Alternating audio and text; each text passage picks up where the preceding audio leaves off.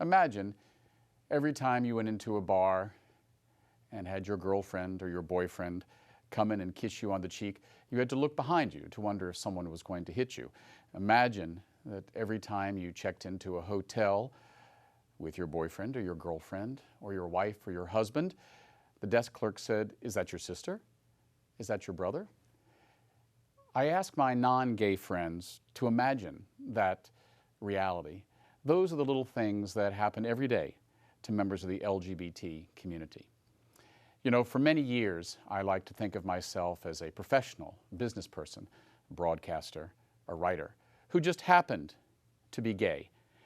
And events of the last 2 weeks, Orlando, have made me remember that I am a member of the LGBT community. I am a gay man. Because whatever went through Omar Mateen's mind when he stepped into Pulse in Orlando and pulled the trigger and slaughtered 49 people and injured 50 others, the fact is, Pulse was a gay club, and most of the people there were gay, and all the stories that have come out over the last 10 days have led us to believe that Omar Mateen pulled the trigger specifically to kill and injure gay people. Imagine being one of those 49 people whose lives were cut short. Imagine being one of the people who were shot.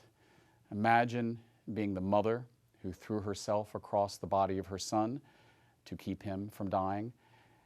Imagine the 4 couples that died together.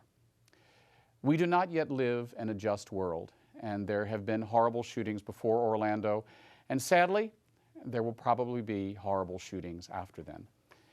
You know, I remember when I was a little boy in 8th grade, the priest came to my school and told us the 3 worst possible sins, the things that were guaranteed to send you to hell. Number 1 on the list, murder. Number 2, homosexuality. Number 3, bestiality. Being a precocious young man, I raised my hand and I asked the priest, why was homosexuality the 2nd worst thing to do? And why was it worse than bestiality? And the priest answered, because homosexuality is the only thing that makes you behave worse than an animal. Imagine hearing that as a young boy who knew then that he was a gay. Imagine hearing that in 8th grade. You know, I'm an optimist, and I believe one day that all of us will come together and work for a more just world. But we are not there yet. But we can still dream and think about that world. I hope that we will all live to see it. In the meantime, I'm David Perry. Imagine.